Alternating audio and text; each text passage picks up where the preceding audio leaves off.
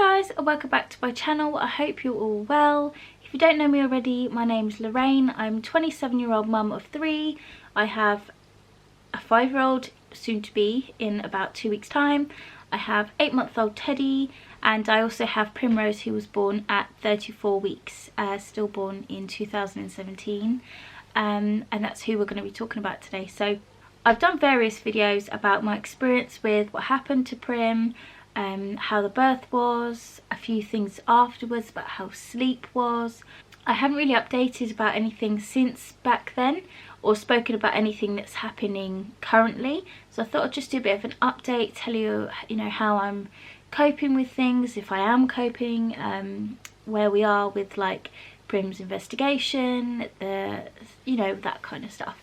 I am going to keep everything pretty brief because there's only so much I can go into, because obviously everything's still going on, which I'll explain. So I've had Penny first, she's nearly 5. Then I was pregnant with Primrose, who we reached 34 weeks pregnant with, and then suddenly I went into labour and she was born by stillbirth, so she wasn't born breathing or anything like that, sadly, and that was all a bit of a shock. We had no idea anything was wrong with her. And then after I gave birth to Prim, 8 short weeks later, I got pregnant with Teddy. Basically because of the grief I was in and the stress of being pregnant again, we decided to get Teddy here safe and sound, and then we would pick up Prim's case when he was born. And now he is 8 months old. I think when he was about 3 or 4 months old, we started to think we want to get things rolling, start picking up Prim's case and getting justice for her, really, because basically when she was born we had no idea anything was wrong with her, and it turns out there was quite a few things at fault, mistakes made. Basically we are going through the process of bringing in a solicitor and stuff to prove our case. I've written a massive statement all about from the very beginning of the pregnancy to the very end. I've written all the mistakes, all the questions I want answered in that statement, and we had a big meeting with like a big board in a boardroom, lots of different people in there, from consultants to people writing notes to like head midwives and things like that. I don't know all the technical terms, but there was a big group of people and we just had a meeting and discussed all those points that I put in my statement, and then errors were picked up during the meeting, so they've all got to be investigated, everything's got to be written up, and it's just like taking so long. So that took a while, and now we have spoken to like a solicitor, but we haven't started anything yet. Basically I've got to get things together, like sending them my statement, sending them like the stillbirth certificate, which I for the life of me cannot find, and I know for a fact I wouldn't have just carelessly put that anywhere. I know I put it somewhere safe, but when you put something somewhere so safe that you can't find it, that's what's happened basically. So I've had to fill in and inquire to get a form sent out to me to send off to the registry office. You can't just go in and get them to print one off. It has to be sent off, and you have to pay like an £11 fee and everything like that. And it's really, really hard to do stuff like that because you just, I don't know if anyone else that suffered loss do this, but anything that's to do with it just takes me so long. Like having to fill out this form, I've had it over a week, and it's just like I dread doing it. I try and put it to the back of my mind so I don't have to I suppose think about it. It really hurts whenever I do. It's not like I don't want to think about Primrose, that's put wrongly, but I think of like the trauma, if you know what I mean. It just all flashes back in my head, so it was really hard for me to pick up the phone and say, hi, can I have a form sent out for registering my daughter's death? It's just such a horrible phone call to make. So that's the only thing they're waiting on, is this certificate, and then they're gonna look into it and see if they'll accept the case, and then we can go on from there. But it's just such a long process. It's nothing quick about it. I kind of didn't expect that, I suppose. We didn't expect to have a stillbirth, but I just didn't expect it to be so drawn out afterwards. It's been such a big process, from like having her cremated to having the post-mortem, having to wait for those, and it's just like, it's such a slog. It's such a horrible, horrible journey, and I just wouldn't wish it on my worst enemy. As well as like everything taking so long and being so complicated, it's all painful as well because you've lost your baby, and it's just like There's nothing about it that's easy or straightforward. It's so horrible. And also, while we're on the subject of everything, I'll just tell you how I've been doing. Not great, to be honest. I'm not great. I put on a smile and, you know, I'm bubbly and everything to the camera, and I get on with my day, and I love my son Teddy, I wouldn't change him for the world, and I love my daughter, I love my partner, I love everything. But I hate that my daughter Primrose is not in it. It really, really bothers me.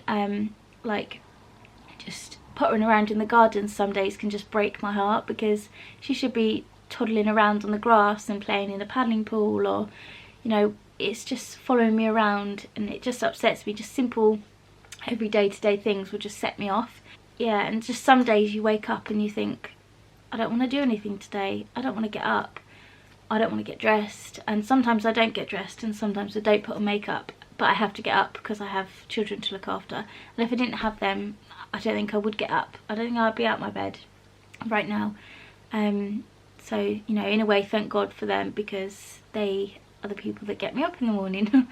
And then I'll have like a really good day, but something that's so silly can set me off, and then I just turn really grumpy and snappy. And sometimes, like, I'm doing things and I don't intentionally realise that I'm actually doing it because I'm having a hard time. Like, I eat my feelings, and I'm eating, trying to make myself feel better, but it's not making me feel better. What's wrong is that I'm hurting, but instead I'm eating rubbish, trying to fix it and take my mind off it instead of thinking.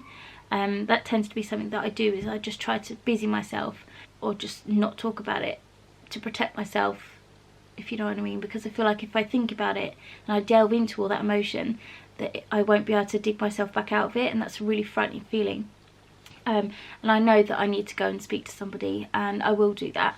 Like, I'm gonna get some therapy or go to some counselling or something, because I know I need it.